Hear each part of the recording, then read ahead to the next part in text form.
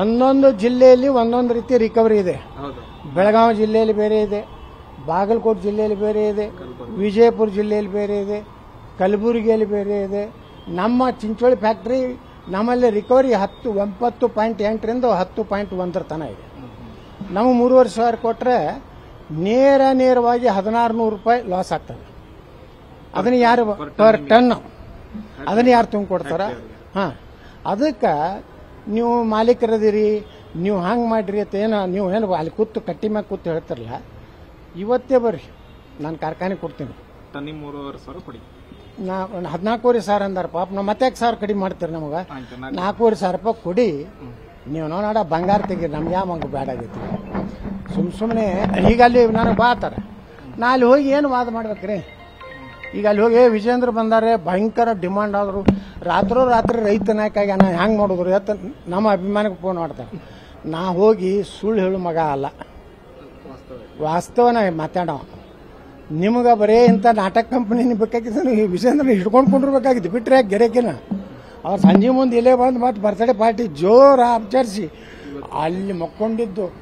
ತನ್ನ ಹುಟ್ಟುಹಬ್ಬ ಆಚರಣೆ ಮಾಡದಂಥ ಧೀಮಂತ ನಾಯಕ, ರೈತ ನಾಯಕ ವಿಜೇಂದ್ರ ಅವರಿಗೆ ಭಾರಿ ಬೆಂಬಲ, ಯತ್ನಾಳಿಗೆ ಭಾರಿ ಹಿನ್ನಡೆ. ಹೊಡ್ರಿ ಡಮ್ಮ ಡಮ್ಮ ಡಮ್ಮ ಡಮ್ಮ ಡಮ್ ಹೊಡ್ಕೋತ ಹೋಗ್ರಿ, ನಮ್ದೇನಾಗೋದೈತಿ. ಸುಮ್ಮನೆ ಬೋಗಸ್ ಹೊಡಿಬೇಡ್ರಿ. ವಿಜೇಂದ್ರ ಒಂದು ರಾತ್ರಿಯಾಗ ರೈತ ನಾಯಕ ಆಗ್ಲಿಕ್ಕಾಗೋದಿಲ್ಲ. ವಿಜೇಂದ್ರ ಒಂದು ರಾತ್ರಿಯಾಗ ಆಗ್ತಿದ್ದಂದ್ರೆ ವಿದೇಶನಾಗ ಕಾಸ್ತಿ ಮಾಡ್ಯಾನವ. ಒಂದು 5 ಸಕ್ಕರೆ ಕಾರ್ಖಾನೆ ಮಾಡಿ ನೋಡಲಿ, 3,500 ಕೊಡ್ಲಿ ಅವ. ಈ ಬೆಳಗಾವಿ ಅಲ್ಲಿ ಇಲ್ಲಿ ಕೆಲವೊಂದು ಮಾರಾಟಕ್ಕೆ ಅದಾವು, ಅದು ತೊಗೊಂಡು 3,500 ಕೊಡಲಿ. ಏನಲ್ಲ ಅಲ್ಲಿ ಮಾರಿಷಸ್ನ ದುಬೈ ಗಿಬೈ ಯಾಕೆ ಆಸ್ತಿ ಮಾಡ್ಯಾನ? ಮಲೇಷ್ಯಾದಾಗ ಯಾಕೆ ಮಾಡ್ಯಾನ? ರೈತನ ಮಗ ಅಲ್ಲ, ಎಮ್ಮೆ ಮಗ, ಮಂಡಿನ ಮಗ, ಯಾವುದೋ ಮಗ ಅವ. ಅಲ್ಲಿ ಯಾಕೆ ಹೋದಪ್ಪ? ದುಬೈದಾಗ ಯಾಕೆ ಆಸ್ತಿ ಮಾಡದ? ಮಲೇಷ್ಯಾದಾಗ ಯಾಕೆ ಇವ್ರ ಅಕೌಂಟ್ ಅದಾವು? ಇವರು ಮಂಡಿನ ಮಗ, ರೈತನ ಮಗ ಇದ್ದವರು ಕರ್ನಾಟಕದಾಗ ಅದು ಆಸ್ತಿ ಮಾಡಬೇಕು. ಕರ್ನಾಟಕ ರೈತರಿಗೆ ಒಂದು ವಿಜೇಂದ್ರ ಒಂದು 5 ಸಕ್ಕರೆ ಕಾರ್ಖಾನೆ ಮಾಡಿ 3,500 ಯಾಕ್ರಿ? 5,000 ಕೊಡ್ಲಲ್ಲ. ನಾವೇನು ಆರ್ತಿ ತೊಗೊಂಡು ಬೆಳಗ್ತೀವಿ, ಜಯ ಜಯ ವಿಜಯೇಂದ್ರ ನಿನ್ನ ನಾಮೋ ಸಕ್ಕರೆ ರೈತರ ಭವಿಷ್ಯವೋ ಜಯ ಜಯ ಜಯ ಹಾಡ್ತೀವಿ. ಎಲ್ಲ ಕಳ್ಳರು ವಿದೇಶನಾಗ ಆಸ್ತಿ ಮಾಡ್ತಾರೆ, ಇಲ್ಲೇ ಸೌರ ವಿದ್ಯುತ್ ತಗೋತಾರೆ. ಯಾರು ಅದಾವ ಸೌರ ವಿದ್ಯುತ್ತು? ಯಾರು? ಡಿ ಕೆ ಶಿವಕುಮಾರ್ ಹೇಳಿ, ಲಕ್ಷ್ಮೀ ಹೆಬ್ಬಾಳ್ಕರ್ ಹೇಳಿ, ಸೌರ ವಿದ್ಯುತ್ತದ ನೀವು ಎಟ್ಟು ಪರ್ ಯೂನಿಟ್ ನೀವು ಎಟ್ಟು ತೊಗೊಳಕತ್ತೀರಿ?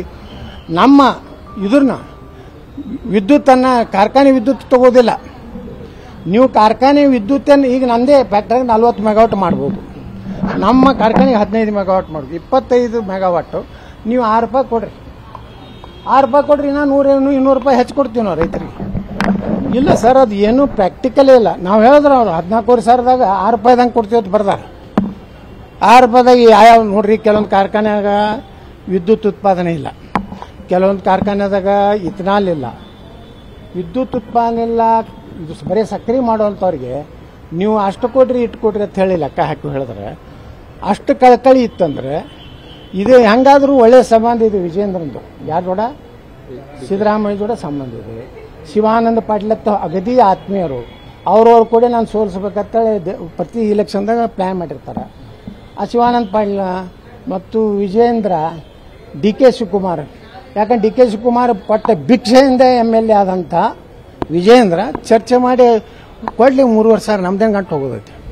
ಅಲ್ಲಿ ಹೋಗಿ ರಾತ್ರಿ ಮಕ್ಕೋದು, ಇಲ್ಲಿ ಬಾಲ್ಟಿ ಮಾಡೋದು, ಮುಂಜಾನೆದು ಡಿ ಕೆ ಶಿವಕುಮಾರ್ ಮನೆಗೆ ಲೆಟರ್, ಸರ್ ನಾನೊಂದು ಸ್ಯಾಂಕ್ಷನ್ ಮಾಡಿ ಸರ್ ತಡ್ಡಾಡೋದು. ಹಿಂಗಿದೆ ರಾಜಕಾರಣ. ನಿರ್ಭೀತ, ನಿಷ್ಪಕ್ಷಪಾತ, ವಿಶ್ವಾಸಾರ್ಹ ಸುದ್ದಿಗಳಿಗೆ ಮತ್ತೊಂದು ಹೆಸರಾಗಿರುವ News18 ಕನ್ನಡ ಈಗ ಆಪ್ನಲ್ಲೂ ಲಭ್ಯವಿದೆ.